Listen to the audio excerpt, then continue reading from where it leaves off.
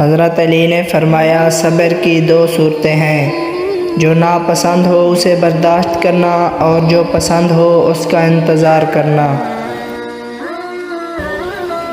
انسانیت بہت بڑا خزانہ ہے، اسے لباس میں نہیں انسان میں تلاش کرو۔ جو ظلم کے ذریعے عزت چاہتا ہے اللہ اسے انصاف کے ذریعے ذلیل کرتا ہے۔ لوگوں سے یاد کرنے کا شکوہ مت کرو، کیونکہ جو انسان اپنے رب کو بھول سکتا ہے وہ سب کو بھول سکتا ہے۔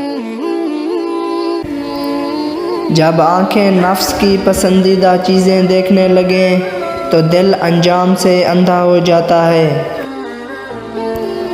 مصائب کا مقابلہ صبر سے اور نعمتوں کی حفاظت شکر سے کرو۔ زیادہ مذاق کرنے سے آدمی کی عزت چلی جاتی ہے اور لوگوں سے دشمنی پیدا ہو جاتی ہے۔ جو آدمی دوسرے لوگوں کے عیب کی تلاش میں رہتا ہے اللہ تعالیٰ اس کے عیب ظاہر کر دیتا ہے۔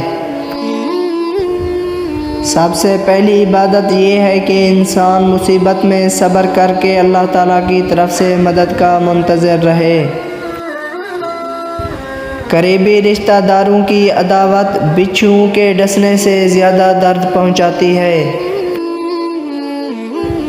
جو آدمی صبر اختیار کرتا ہے وہ کامیابی پاتا ہے، جو جلد بازی کرتا ہے وہ ٹھوکر کھاتا ہے۔